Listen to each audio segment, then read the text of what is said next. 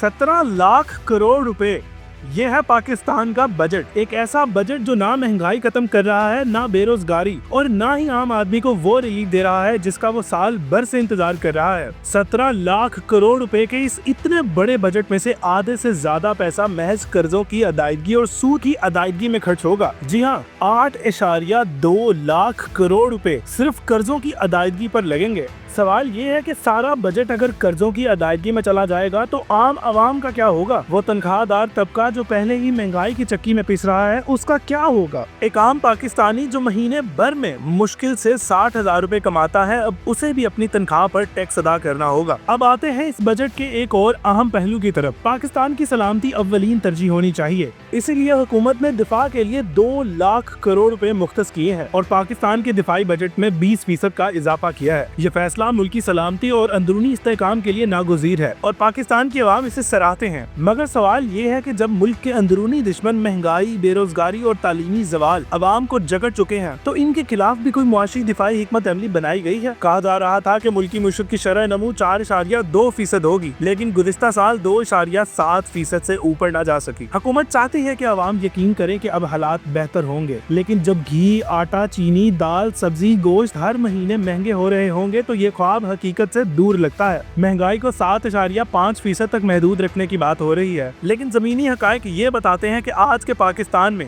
44% से ज्यादा लोग गुर्बत में जिंदगी गुजार रहे हैं। लेकिन आप फिक्र ना करें, क्योंकि जिन्हें आवाम ने वोट देकर ऐवानों में भेजा है, उन सियासतदानों की मराद पर कोई कटौती नहीं। वजीरों, मुशीरों और MNAs के प्रोटोकॉल, गाड़ियां, बैरूनी दौरे, मुफ्त बिजली, मुफ्त पेट्रोल, सब कुछ पहले जैसा ही जारी रहेगा। लेकिन अगर फर्क पड़ेगा तो एक आम पाकिस्तानी को, उस गरीब शख्स को जिसके लिए बिजली का एक यूनिट 50 रुपए से भी ज्यादा महंगा है और सियासतदानों के घरों में सैकड़ों यूनिट मुफ्त जल रहे हैं। क्या यही है इंसाफ? क्या यही है वो कुर्बानी जिसकी वज़ीर-ए-आज़म शहबाज शरीफ बात करते हैं और कहते हैं कि मुल्क की खातिर हमें कुर्बानियां देनी होंगी? क्या ये कुर्बानी सिर्फ आम पाकिस्तानी को ही देनी होगी? क्या सियासतदानों को इस कुर्बानी में अपना हिस्सा नहीं डालना चाहिए? हाल ही में चेयरमैन सेनेट और स्पीकर कौमी असम्बली की तनख्वाह 2.5 लाख रुपए से बढ़ाकर 13 लाख तक कर दी गई, लेकिन इसके बावजूद अब तक अगर टैक्स अदा करना है तो वो आवाम को ही करना है, क्योंकि इस बजट के बोझ का ठेका सिर्फ हमने उठा रखा है। आपकी इस नए बजट से मुताल्लिक क्या राय है, हमें कमेंट्स में जरूर बताएं। बहुत शुक्रिया।